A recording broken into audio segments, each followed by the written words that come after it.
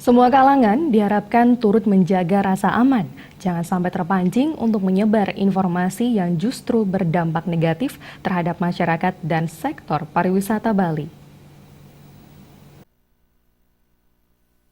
Ketua PHRI Bali Cokorda Arte Ardana Sukawati mengatakan beredarnya seruan untuk meningkatkan kewaspadaan dan penjagaan di pintu masuk Bali, serta pusat belanja dan hiburan di Bali, dinilai sebagai upaya saling mengingatkan agar keamanan tetap terjaga. Namun di sisi lain, seruan untuk menjaga keamanan justru menjadi hal yang dilematis, karena menimbulkan kecemasan berlebihan terhadap masyarakat dan wisatawan yang berkunjung ke Bali. Untuk itu, pria yang akrab disapa Cok Aceh ini berharap, seruan terkait keamanan cukup digiatkan pada tatanan petugas dan aparat keamanan hingga di tingkat desa. Masyarakat umum yang mengetahui informasi tentang ancaman keamanan diharapkan tidak menyebarluaskan ancaman itu secara vulgar, terlebih lagi melalui media sosial. Hal yang sangat dilematis sekali bagaimana kita mengemas susunan pemberitaan.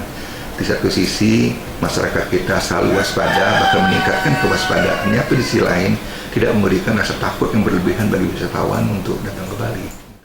Cok Aceh menekankan kewaspadaan harus melibatkan semua pihak demi menjaga keamanan Bali. Diingatkan pula penyebarluasan informasi seperti yang banyak dilakukan di media sosial seringkali justru memicu kecemasan yang akhirnya membawa dampak merugikan. Suteja Bali TV.